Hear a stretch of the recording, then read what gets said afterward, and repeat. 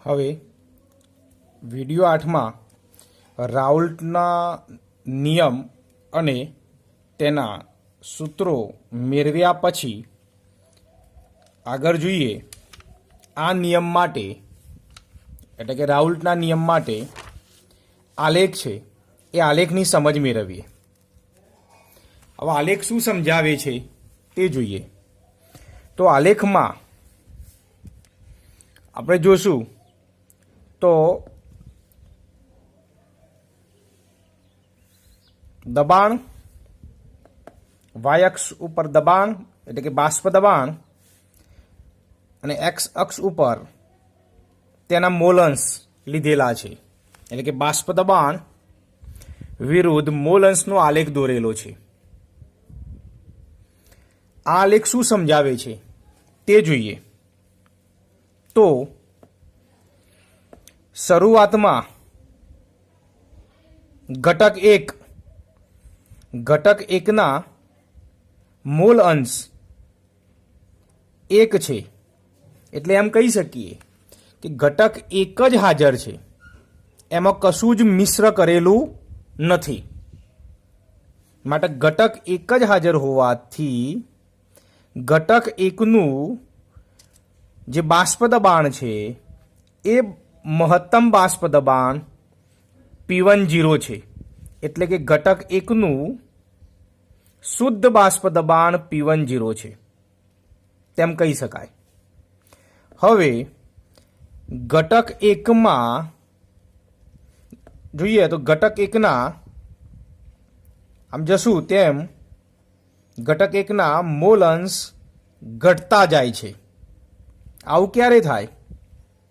તો ઘટક એકમાં જ્યારે ઘટક 2 મિશ્ર થશે ત્યારે ઘટક એકના મોલ અંશ ઘટતા જાય છે અને છેવટે 0 થાય છે। હવે જોઈએ તો આગળ જોયું તે પ્રમાણે કે P1 ચલે છે x1 એટલે કે ઘટક એકનું બાષ્પ દબાણ તેના જ મોલ અંશના સપ્રમાણમાં છે।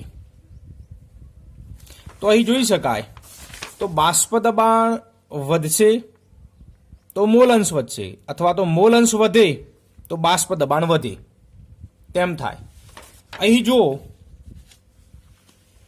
ઘટક એકનો મોલ અંશ ધીરે ધીરે ઘટે છે તેથી ઘટક એકનું બાષ્પ દબાણ જે P1 છે એ P1 પણ ધીરે ધીરે ઘટતું જાય છે। અંતમાં ઘટક એકના મોલ અંશ 0 થશે ત્યારે તેનું બાષ્પ દબાણ પણ ઘટીને 0 થાય છે। તો આમ આ જે રેખા આપેલી છે એટલે કે રેખા 1 તે P1 એટલે કે દ્રાવણમાં રહેલા ઘટક એકનું બાષ્પ દબાણ સમજાવે છે। જોઈએ હવે અહીં ઘટક 2 ના મોલ અંશ 0 છે તે ધીરે ધીરે વધે છે માટે ઘટક 2 ના મોલ અંશ વધતા જાય છે તેમ તેમ ઘટક 2 નું બાષ્પ દબાણ દ્રાવણમાં રહેલા ઘટક 2 નું બાષ્પ દબાણ પણ વધતું જાય છે। આમ ઘટક 2 ના મોલ અંશ વધીને 1 થાય છે ત્યારે ઘટક 2 ના મોલ અંશ 1 થયા એટલે કે ફક્ત ઘટક 2 જ હાજર છે માટે તે સમયે તેનું શુદ્ધ બાષ્પ દબાણ P20 છે। તો આ જે રેખા છે એ રેખા દ્રાવણમાં રહેલા ઘટક 2 નું બાષ્પ દબાણ દર્શાવે છે। હવે P10 એટલે આ રેખા 1 અને રેખા 2 P20 આ બંનેને જોડતા કુલ દબાણ એટલે કે દ્રાવણનું કુલ દબાણ મળે છે જેને રેખા 3 તરીકે આપણે ઓળખીશું। હવે જોઈ શકાય બુક પ્રમાણે તો દ્રાવણ માટે P1 અને P2 નો મોલ અંશ x1 અને x2 વિરુદ્ધ આલેખ દોરતા, એટલે અહીં P1 વિરુદ્ધ x1, P2 વિરુદ્ધ x2 નો આલેખ દોરેલો છે. રેખા એક શું દર્શાવે છે?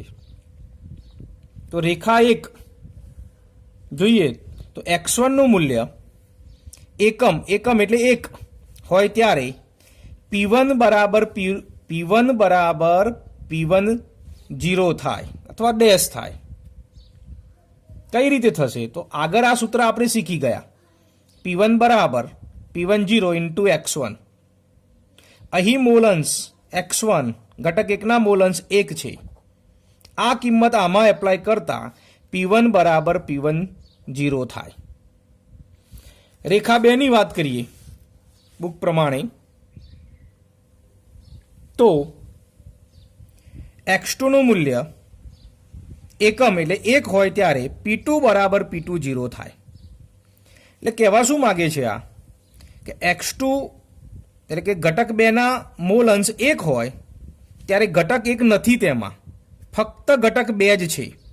અને ઘટક 2 હોય, એકલો ઘટક 2 હોય ત્યારે એનું બાષ્પ દબાણ એ P2 બરાબર થાય છે. અહીં જોયું સૂત્ર P2 બરાબર P2 0 ઇન્ટુ x2. એ x2 એકમ છે તો P2 બરાબર P2 0 થાય, જે રેખા 2 દર્શાવે છે. રેખા 3 માં શું આપેલું છે? તો P કુલ વિરુદ્ધ મોલ અંશનો આલેખ રેખીય છે, એટલે કે બાષ્પ દબાણ વિરુદ્ધ મોલ અંશનો આલેખ રેખીય મળે છે, જે દ્રાવણનું કુલ બાષ્પ દબાણ દર્શાવે છે. રેખા 3 શું દર્શાવે છે? રેખા 3 શું દર્શાવે છે?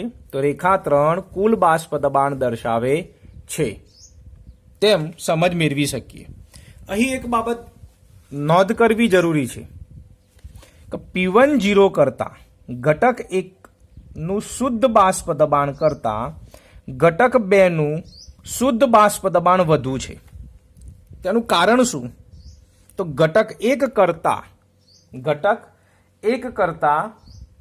ઘટક 2 વધુ બાષ્પશીલ છે તેમ થાય. આનાથી ઉલટું પણ હોઈ શકે. જો ઘટક 1 નું બાષ્પ દબાણ વધુ પણ હોય અને ઘટક 2 નું બાષ્પ દબાણ ઓછું પણ હોય તો ક્યારે થાય? તો ઘટક 1 કરતા ઘટક 2 નું બાષ્પન ઓછું થાય છે તેમ લઈ શકાય. એટલે કે અહીં આ આલેખમાં ઘટક જે 1 આપેલો છે એ ઘટક 1 2 કરતા ઓછો બાષ્પશીલ છે. આ ઘટક 1 ઘટક 2 કરતા ઓછો બાષ્પશીલ છે, માટે આનું બાષ્પ દબાણ ઓછું જ્યારે આનું બાષ્પ દબાણ વધુ છે તેમ કહી શકાય. હવે કેટલાક સૂત્રો વિશે સમજ મેળવીએ, જે સૂત્રોનો ઉપયોગ કરી કેટલાક દાખલા ગણી શકાય છે. કોયડા નંબર 2.5, લખાણ સંબંધિત 2.8 અને સ્વાધ્યાયના કેટલાક દાખલા 2.36 ગણી શકાય છે. જોઈએ હવે તો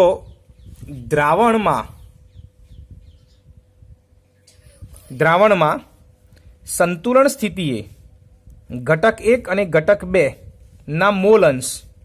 એ સમજવા જેવી બાબત શું? તો સંતુલન સ્થિતિ આપેલી છે. જ્યારે પણ સંતુલન સ્થિતિ આપેલી હશે ત્યારે આ પ્રમાણેના સૂત્રનો ઉપયોગ કરીશું. આ ધ્યાનમાં લઈશું ખાસ. તો સંતુલન સ્થિતિએ ઘટક 1 અને ઘટક 2 એટલે કે ઘટક 1 અને ઘટક 2 બંને સંતુલન સ્થિતિમાં છે ત્યારે ઘટક 1 ના મોલ અંશ y1 જ્યારે ઘટક 2 ના મોલ અંશ y2. બાષ્પ કલામાં હોય તો સંતુલન સમયે દરેક ઘટકનું આંશિક દબાણ P1 અને P2 શોધવું હોય તો આ સૂત્રનો ઉપયોગ કરી શકાય. તો આ સૂત્રનો ઉપયોગ ક્યારે કરીશું? ખાસ ધ્યાનમાં લેવા જેવી બાબત છે કે જ્યારે સંતુલન સ્થિતિ આપેલી હોય અથવા તો બાષ્પ કલા જેવા શબ્દોનો ઉપયોગ કરેલો હોય ત્યારે P1 અને P2 શોધવા હોય, એટલે કે દ્રાવણમાં રહેલા ઘટક 1 નું બાષ્પ દબાણ શોધવું હોય અને દ્રાવણમાં રહેલા ઘટક 2 નું બાષ્પ દબાણ શોધવું હોય ત્યારે આપણે આ સૂત્રનો ઉપયોગ કરીશું.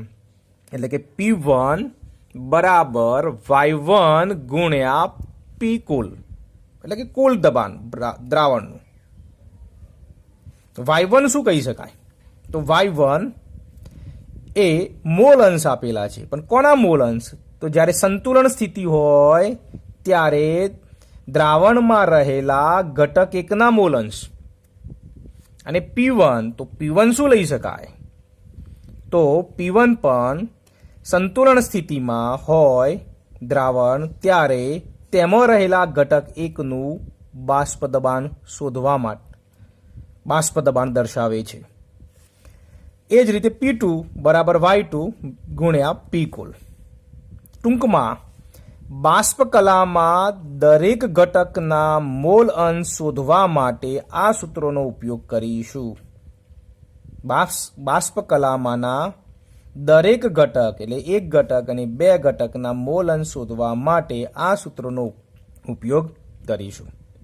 બીજા સૂત્રો જોઈએ જે આપણે હમણાં જ શીખ્યા હતા કે બંને ઘટકો પ્રવાહી બાષ્પશીલ હોય ત્યારે રાઉલ્ટનો નિયમ આપણે જોયું હતું. આ પ્રમાણે સૂત્રો તારવ્યા હતા. એક આ સૂત્ર, બીજું સૂત્ર અને ત્રીજું સૂત્ર. તો આ સૂત્રોનો ઉપયોગ ક્યારે થાય? તો જ્યારે બંને ઘટકો, ઘટક 1 અને ઘટક 2 પ્રવાહી હોય, અને પ્રવાહી હોય એટલે બાષ્પશીલ હોય જ, ત્યારે દ્રાવણનું કુલ દબાણ શોધવું હોય ત્યારે આપણે આ સૂત્રોનો ઉપયોગ કરીશું. તો એક આ સૂત્ર જોયેલું કે P કુલ બરાબર P1 પ્લસ P2. પછી બીજું સૂત્ર આ ઉપજાવેલું તો P કુલ કિંમત એડ કરતા P10 ઇન્ટુ x1, આમાં પણ P20 ઇન્ટુ x2. પછી કોઈ એક મોલ અંશમાં ફેરવેલા. તો આ પ્રમાણે આવા 2 સૂત્રો આપણે મેળવી શકેલા. તો જ્યારે બંને ઘટકો પ્રવાહી બાષ્પશીલ હોય ત્યારે દ્રાવણનું કુલ દબાણ શોધવું હોય ત્યારે આ 4 સૂત્રો ધ્યાનમાં લઈશું. મોલ અંશ શોધવા માટે શું કરીશું? માની લો ઘટક 1 ના મોલ અંશ શોધવા હોય તો ઘટક 1 ના મોલ ભાગ્યા કુલ મોલ. ઘટક 2 ના મોલ અંશ શોધવા હોય તો ઘટક 2 ના મોલ ભાગ્યા કુલ મોલ, જે આગળ આપણે શીખેલા છે. અહીં P કુલ શું ગણી શકાય? P કુલ તો દ્રાવણનું કુલ બાષ્પ દબાણ. P1 શું કહી શકાય? P1 તો દ્રાવણમાં રહેલા ઘટક 1 નું બાષ્પ દબાણ, દ્રાવણમાં રહેલા. P2 શું કહી શકાય? તો દ્રાવણમાં રહેલા ઘટક 2 નું બાષ્પ દબાણ, તો દ્રાવણમાં રહેલા. P10 શું કહી શકાય? તો શુદ્ધ ઘટક 1 નું બાષ્પ દબાણ. શુદ્ધ ઘટક એટલે એમાં કશું જ ઉમેરેલું નથી, મિશ્ર કર્યા પહેલાની સ્થિતિ જે છે તેનું બાષ્પ દબાણ. એ જ રીતે P20 શું કહી શકાય? તો શુદ્ધ ઘટક 2 નું બાષ્પ દબાણ. x1 ઘટક 1 ના મોલ અંશ દ્રાવણમાં રહેલા. એ જ રીતે x2 દ્રાવણમાં રહેલા ઘટક 2 ના મોલ અંશ. તો આ સૂત્રોનો ઉપયોગ કરી આપણે આ 3 દાખલા ગણી શકીએ. તેમાંથી કેટલાક દાખલા આપણે હવે જોઈએ. કોયડા નંબર 2.5 આગળ જોયા તે સૂત્રોનો ઉપયોગ કરી. તો 298 કેલ્વિન તાપમાને ક્લોરોફોર્મ અને ડાયક્લોરોમિથેન ના બાષ્પ દબાણ અનુક્રમે 200 mmHg અને 415 mmHg આપેલા છે. ક્લોરોફોર્મ 25.5 ગ્રામ ક્લોરોફોર્મ અને 40 ગ્રામ ડાયક્લોરોમિથેન ને મિશ્ર કરતા અને જે દ્રાવણ બને તે દ્રાવણનું બાષ્પ દબાણ શોધવાનું છે, પી કુલ શોધવાનું છે અને બાષ્પ કલામાં દરેક ઘટકના મોલ અંશ શોધવાના છે. એટલે P1 P2 શોધવાનું છે. અહીં તો જોઈએ તો બંને પ્રવાહી આપેલા છે, ક્લોરોફોર્મ અને ડાયક્લોરોમિથેન બંને પ્રવાહી છે. તો બંને પ્રવાહી છે તેવી ખબર કઈ રીતે પડે? તો આપણે આગળ જોયું તે પ્રમાણે પ્રવાહી હોય તે બાષ્પ દબાણ ધરાવે, એટલે કે એનું બાષ્પન થાય. તો અહીં ક્લોરોફોર્મનું પણ બાષ્પ દબાણ આપેલું છે અને ડાયક્લોરોમિથેનનું પણ બાષ્પ દબાણ આપેલું છે. માટે આપણે એમ કહી શકીએ કે બંને પ્રવાહી છે. અને બંને પ્રવાહી હોય તો પ્રવાહી માટે જે રાઉલ્ટના નિયમ જોયો તે રાઉલ્ટના સૂત્રોનો આ દાખલા માટે ઉપયોગ થઈ શકે તેમ કહી શકાય. તો સૌ પ્રથમ દ્રાવણનું બાષ્પ દબાણ શોધવું છે, પી કુલ શોધવું છે. દ્રાવણનું બાષ્પ દબાણ શોધવું છે. તો ઘટક 1 અને ઘટક 2 ધારી લેશું. માની લો કે ક્લોરોફોર્મને ઘટક 1 તરીકે ધારીશું, તો ડાયક્લોરોમિથેનને ઘટક 2 તરીકે ધારીશું. અને આગળ જે જોયા પી કુલ શોધવા માટેના, એટલે કે દ્રાવણનું બાષ્પ દબાણ શોધવા માટેના સૂત્રો, તો આગળ જે જોયા આ સૂત્રોનો ઉપયોગ કરીશું આપણે. તો આ સૂત્રમાં શું આવશે? તો આ સૂત્રમાં P1 શોધવો પડશે, P2 શોધવો પડશે. P1 શોધવા માટે P1 0 ગુણ્યા x1 કરવો પડશે. P2 શોધવા માટે P2 0 ઇન્ટુ x2 કરવો પડશે. અને ગમે તે આ ત્રણમાંથી 1, 2, 3 સૂત્રોમાંથી કિંમત એપ્લાય કરીને આપણે શોધી શકીએ છીએ દ્રાવણનું કુલ બાષ્પ દબાણ. તો જોઈએ જે આપ્યું છે રકમ પ્રમાણે, તો આપણે કિંમત ઉમેરતા જશું, લખતા જશું. તો અહીં ક્લોરોફોર્મ માટે બાષ્પ દબાણ, તો ક્લોરોફોર્મ માટેનું જે બાષ્પ દબાણ છે, ક્લોરોફોર્મને ઘટક 1 ધારેલો છે, એટલે આપણે P1 0 અહીં 200 mm Hg લેશું. 200 mm Hg લેશું. P1 0 કેમ લીધા? તો ફક્ત ક્લોરોફોર્મનું જ બાષ્પ દબાણ આપેલું છે માટે.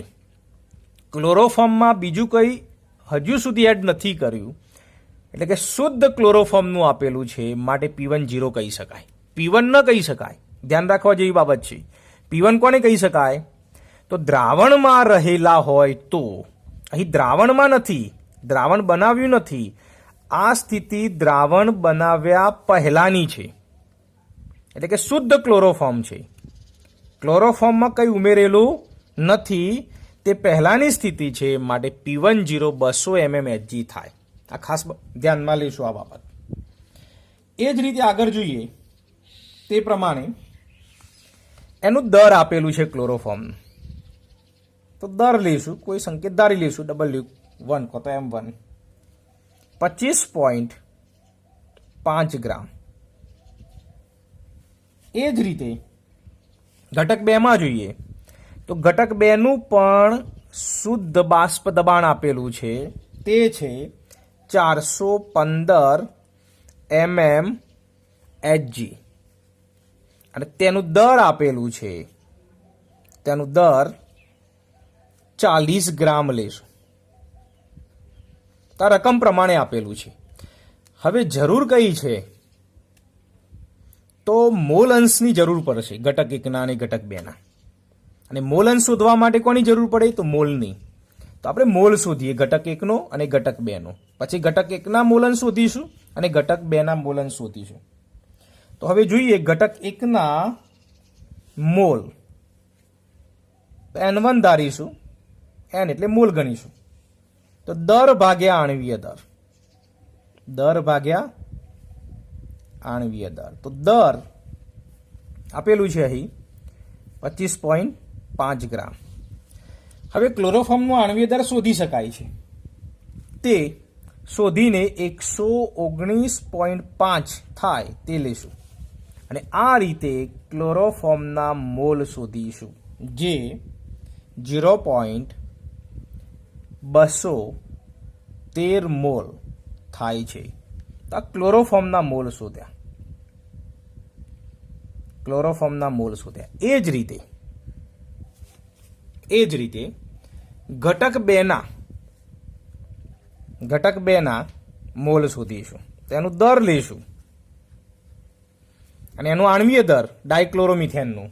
તો ડાયક્લોરોમિથેન છે તે ડાયક્લોરોમિથેનનો આણ્વીય દર આપણે શોધી શકીએ છીએ અને તે પ્રમાણે 85 થાય. તો એના મોલ ઉકેલતા 0.470 મોલ ડાયક્લોરોમિથેનના. તો આ રીતે બંનેના મોલ શોધી શકાય. હવે કુલ મોલ લઈશું, કુલ મોલ અંશ શોધવા માટે. તો N1 પ્લસ N2 એટલે કે 0.213 વત્તા 0.470, તો કુલ મોલ થાય છે 0.683 મોલ. તો આ રીતે કુલ મોલ શોધી લીધા. હવે શું કરીશું? તો હવે મોલ અંશ શોધવા પડશે. તો મોલ અંશ શોધવા માટે આપણે જાણીએ છીએ તો ઘટક 1 ના મોલ અંશ શોધવા હોય તો ઘટક 1 ના મોલ ભાગ્યા કુલ મોલ. તો અહીં કિંમત એપ્લાય કરીએ. ઘટક 1 ના મોલ, તો આપણે જોયું તે પ્રમાણે ઘટક 1 ના મોલ 0.213 અને કુલ મોલ 0.683. તો ઘટક 1 ના મોલ અંશ આ પ્રમાણે x1 મળશે 0.312. હવે ઘટક 2 ના મોલ અંશ શોધવા છે તો સરળતાથી શોધી શકીએ. આ પ્રમાણે પણ શોધી શકાય, અથવા તો કોઈ એકના મોલ અંશ મળેલા હોય તો તેને એકમાંથી બાદ કરતા બીજા ઘટકના મોલ અંશ આપણે શોધી શકીએ છીએ, જે 0.688 થાય છે. 0.688. તો આ રીતે બંને ઘટકના મોલ અંશ શોધી શકાય છે. હવે આ જે કિંમત આપેલી છે એ કિંમતને આપણે જે આગળ જોયા